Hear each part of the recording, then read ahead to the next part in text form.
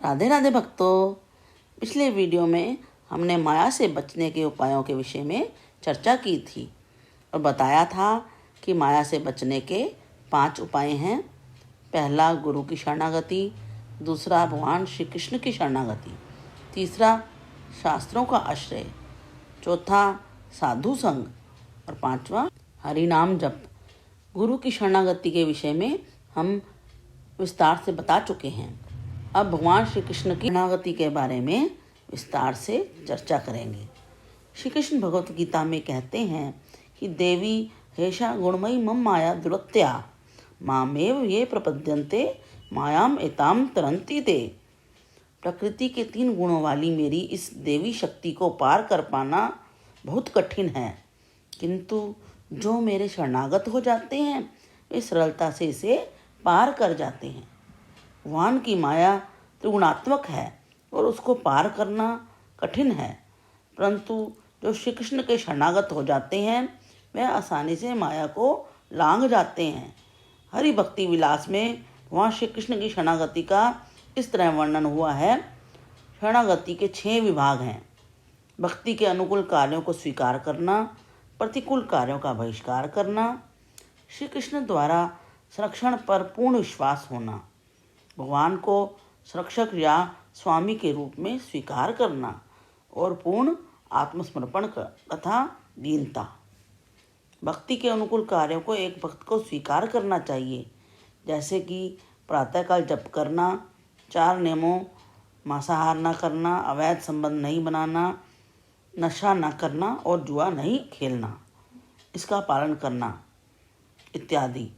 जो कार्य श्री कृष्ण भक्ति में बाधा रूप हों उनका त्याग करना, जैसे कि आवश्यकता से अधिक खाना और धन का संग्रह करना, किसी भौतिक वस्तु की प्राप्ति के लिए आवश्यकता से अधिक परिश्रम करना, सांसारिक निरर्थक बातों में समय व्यर्थ करना, जो श्री कृष्ण भक्ति में सहायक नहीं हों उन नियमों का आग्रह रखना या जो नियम सहायक हों उनका पालन नहीं करना, भक्तों के साथ संगति करना, भौतिक वस्तु को प्राप्त करने के लिए लोभ करना इत्यादि। एक भक्त को ऐसा दृढ़ विश्वास रखना चाहिए कि श्री कृष्ण ही हमारी हर अवस्था में रक्षा और भरण पोषण करेंगे। अपने आप को संपूर्णतया भगवान श्री कृष्ण को समर्पित करना और विनम्रता से श्री कृष्ण का शरणागत होना, इसको शरणागति कहते हैं। मनुष्य को चाहिए कि अपने आप को नित्य आत्मा के रूप में और भगवान को हर वस्तु का परम नियंता देखते हुए ध्यान करे। ध्यान में वृद्धि लाने के लिए एकांत स्थान में रहे और अपने घर तथा घर की सामग्री के प्रति झूठी आसक्ति को त्याग दे। नश्वर शरीर के अलंकरण को त्याग कर मनुष्य अपने को चित्रों से या वृक्षों की छाल से ढके। इस प्रकार से उसे किसी भी भौतिक परिस्थिति में संतुष्ट रहना सीखना चाहिए। कृष्ण सूर्य सम माया है अंधकार, यहाँ कृष्ण ताहा नाई मायार अधिकार। श्री चैतन्य चैतामृत मध्य लीला। अर्थात कृष्ण सूर्य के समान है और माया अंधकार के समान है। जहाँ कहीं सूर्य प्रकाश है वहाँ अंधकार नहीं हो सकता। ज्यों ही भक्त कृष्ण भावनामृत को अपनाता है त्यों ही माया का अंधकार तुरंत नष्ट हो जाता है। श्री चैतन्य महाप्रभु शील सनातन गोस्वामी जी को उपदेश देते हैं कि किस प्रकार से जीव माया के संसार में रहकर भी माया से बच सकता है।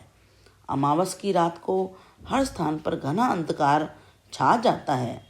यदि किसी महानतम आधुनिक वैज्ञानिक को भी बोलें कि क्या वह कहीं एक कोना ऐसा बता सकता है जो इन अंधकारों को बचाकर रख पाए जहाँ सूर्य का प्रकाश पड़ता हो, कोई कितना भी महान वैज्ञानिक क्यों ना हो ऐसा नहीं कर पाएगा।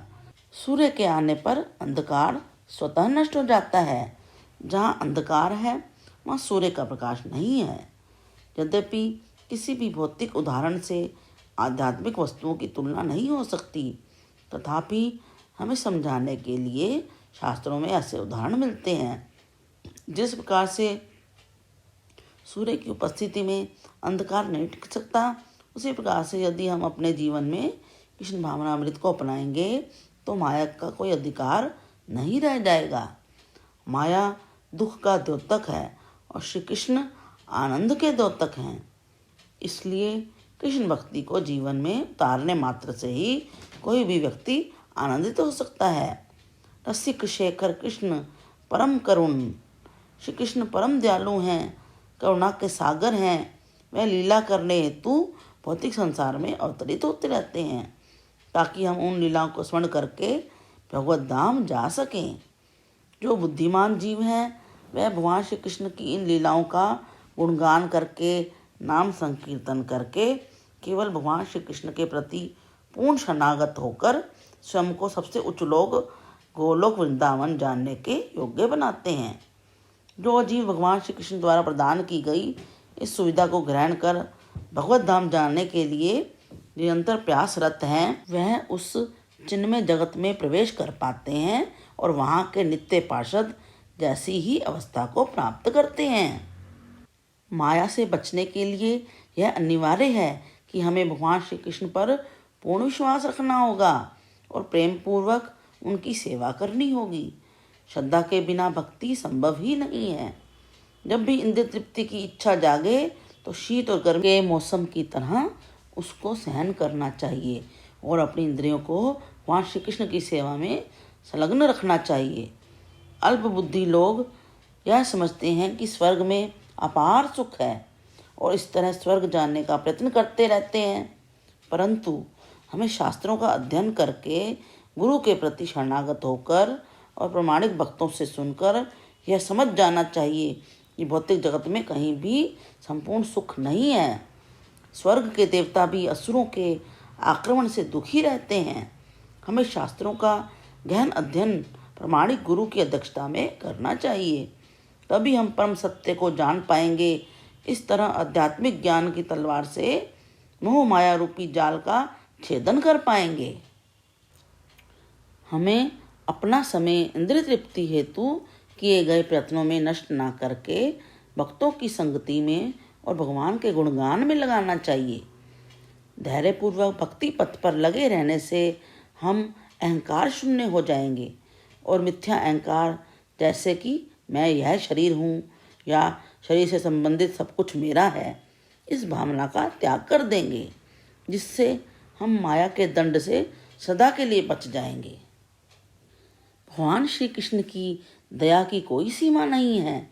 जब वह देखते हैं कि जीव निरंतर माया की मार खा रहा है और बहुत दुखी है, तब वह स्वयं इस धरती पर आकर उन आत्माओं के उद्धार के लिए लीला करते हैं, गीता का उपदेश देते हैं। भौतिक संसार में डूबे हुए मनुष्य के लिए वैकुंठ लोक की कल्पना कर पाना भी संभव नहीं है, इसलिए भगवान श्री कृष्ण स्वयं आते हैं। कुछ बुद्धिमान लोग ही श्री कृष्ण की दिव्य लीलाओं को समझ पाते हैं। जब श्री कृष्ण यह देखते हैं कि अधिकतर जीव उनके उपदेशों को समझने में असमर्थ है, तब वह उदार अवतार श्री चैतन्य महाप्रभु के रूप में आकर तत्व को और सरलता से समझाते हैं। वह भगवान श्री कृष्ण को पाने की सरल विधि बताते हैं, जो कि हरे कृष्ण महामंत्र का कीर्तन है और जप है। स्वयं एक आदर्श भक्त का उदाहरण प्रस्तुत करते हैं। वहाँ श्री कृष्ण इतने दयालु हैं कि भक्त अपनी अनन्य भक्ति से उनको जीत लेते हैं। श्री कृष्ण की भक्ति करने पर माया कोसों दूर चली जाती है और हमारा जीवन आनंदमय हो जाता है। अगले वीडियो में हम ये बताएंगे कि शास्त्रों का आश्रय लेकर हम कैसे माया से बच सकते हैं। इसके लिए आपको हमारे चैनल को सब्सक्राइब करना पड़ेगा, इसलिए लाइक, शेयर एंड सब्सक्राइब अवश्य करें। हरे कृष्ण कृष्ण कृष्ण हरे हरे, हरे राम राम राम हरे हरे।